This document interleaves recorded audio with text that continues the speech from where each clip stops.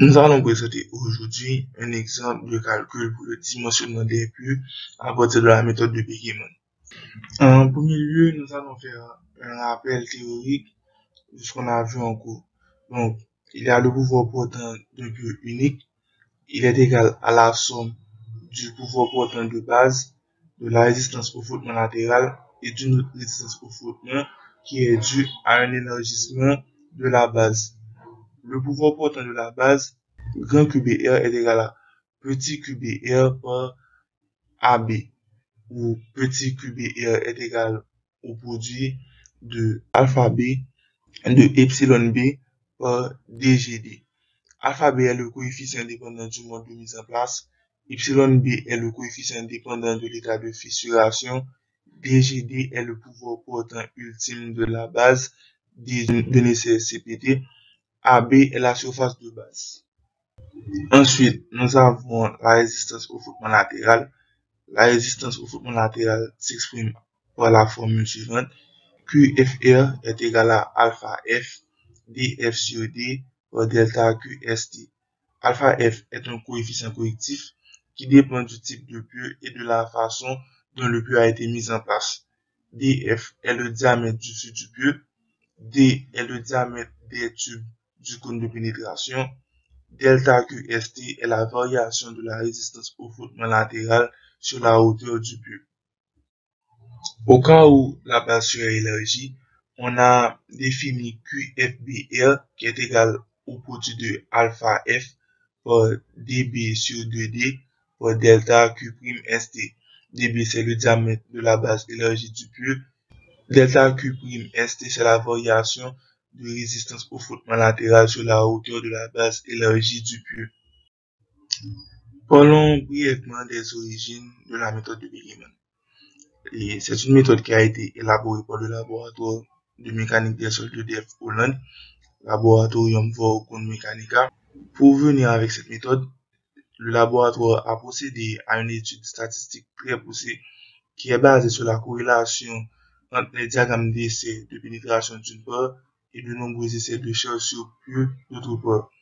Et par la suite, cette méthode sera appelée la méthode LGM, mais on la connaît aussi sous le nom de méthode de Begemann ou méthode hollandaise. Elle est appelée méthode de Begemann parce qu'elle a été bien sûr publiée dans un article par Begemann.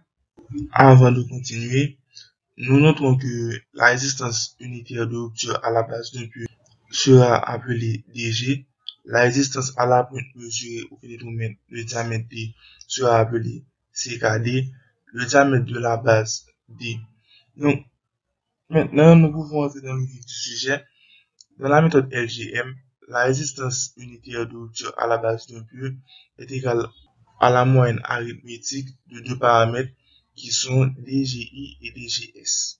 DGI et DGS sont deux résistances que l'on va calculer à partir des résultats d'un essai CPT. L'un de ces paramètres concerne des résistances que l'on trouvera au-dessus de la base du puits sur une certaine longueur. L'autre concernera les résultats de l'essai dans la partie en dessous de la base du puits sur une certaine distance. Pourquoi est-il nécessaire de calculer des résistances au-dessus et au-dessous de la base du puits? Eh bien, d'après les surfaces de rupture induites par poinçonnement établi par Jackie, on estime que l'épaisseur du sol étant sollicitée pour le calcul à une profondeur donnée de la résistance de puits de base D est de 0,75 D à 3,75 D sous la base du puits et 8 D au-dessus de la base du puits. C'est-à-dire que la rupture dépend des résultats de l'essai, non seulement au-dessus de la base du puits jusqu'à d'une hauteur de 8D et au-dessous de la base du puits d'une hauteur variant de 0,75D à 3,75D sous cette base. Voici une représentation du modèle de rupture par poinçonnement de Jackie. Maintenant, on va considérer un diagramme réel de résistance à la pointe en fonction de la profondeur, tel que celui qui est représenté ici, avec un puits de diamètre D arrêté à un niveau quelconque dans le sol. On vient de dire que la capacité portante un peu dépend des résultats de l'SSCPT pour une couche située en dessous de la base du bulbe et une couche située en dessous de la base de ce bulbe. Considérons d'abord la couche située en dessous de la base du bulbe. Cette couche qui a une influence sur la capacité portante est limitée inférieurement par un niveau qui est compris entre 0,75 D et 3,75 D. Mais on ne connaît pas a priori ce niveau. Puisqu'on arrive à identifier précisément ce niveau, qu'est-ce qu'on fait? On considère un niveau quelconque qui est compris entre ces deux limites et ensuite on va définir des paramètres tels que DNGI pour avoir des informations qui nous permettront de calculer toutefois la capacité portante. DNGI est la moyenne arithmétique de deux autres paramètres. C'est la moyenne arithmétique de DNGI1 et DNGI2 qu'on va définir. DNGI1 est la valeur moyenne des résistances de pointe enregistrées entre le niveau de la base du bulbe et le niveau quelconque que l'on a considéré. On va appeler CKD1 la résistance à la pointe mesurée au niveau de la base et CKDN celle qui est mesurée au niveau quelconque. Maintenant, on notera N, le nombre de fois où on a mesuré la résistance à la pointe à des intervalles réguliers entre ces deux niveaux. On a un DNGI1 qui est égal à la sommation de 1 jusqu'à N de CKDJ moins CKD1 plus CKDN sur 2, le tout sur N-1. On va désormais définir DNGI2. Pour le calcul de DNGI2, on considère successivement les valeurs de CKDJ, de CKD dans l'ordre croissant de profondeur. C'est-à-dire, si on prend CKDP et CKDQ avec des valeurs Q supérieures à P, toute valeur CKDP qui est supérieure à une valeur CKDQ trouvée à un niveau inférieur est supprimée et remplacée par la valeur CKDQ. On peut exprimer ce processus en disant que entre le niveau de base du bulbe et le niveau qu'on a considéré, les valeurs CKDK trouvées sont corrigées par rabais aux valeurs de retour. On va appeler C'KDJ les valeurs de CKD qui sont ainsi ravalées. Donc, pour calculer DNGI2, on utilise cette formule.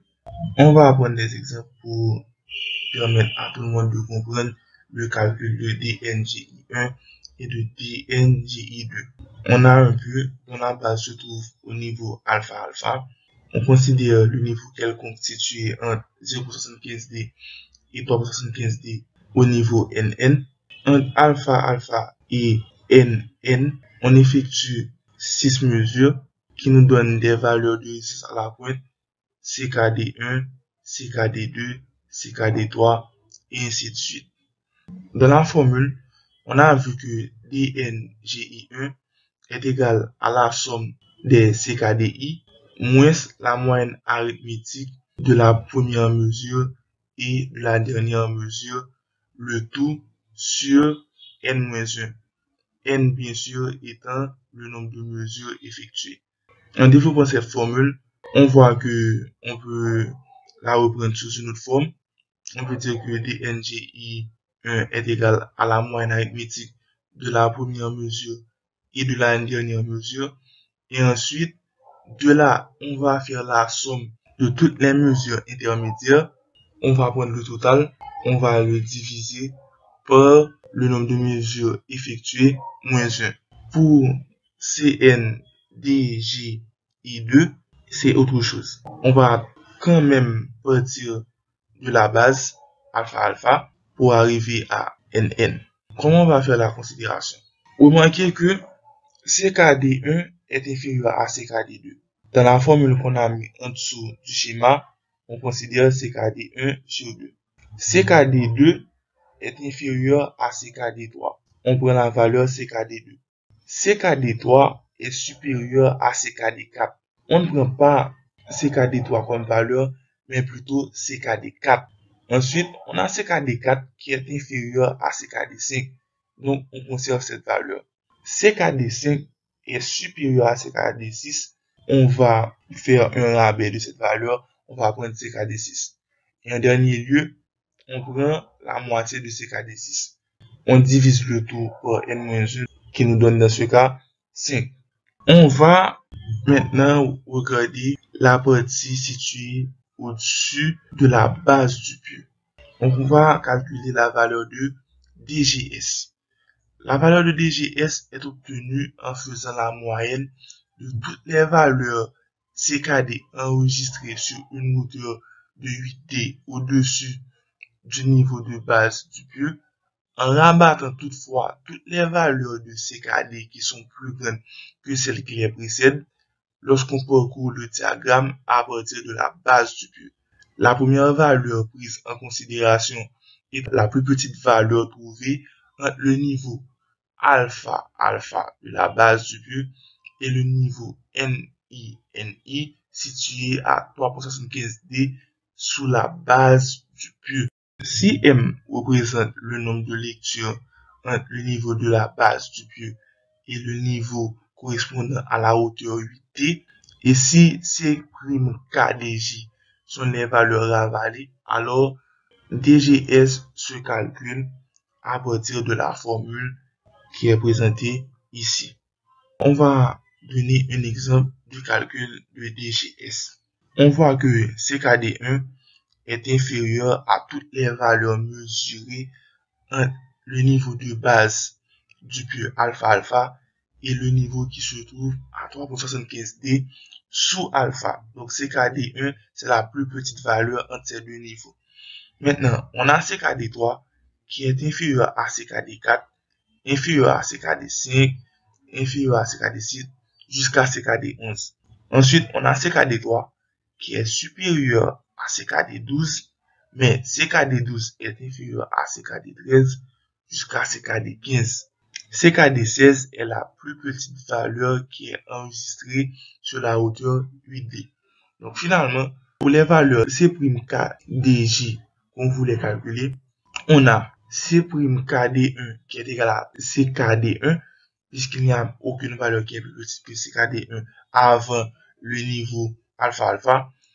C'Kd2 est égal à CKD2 puisque CKD2 est inférieur à CKD1. C'Kd3 est égal à CKD3 puisque CKD3 est encore inférieur à CKD2.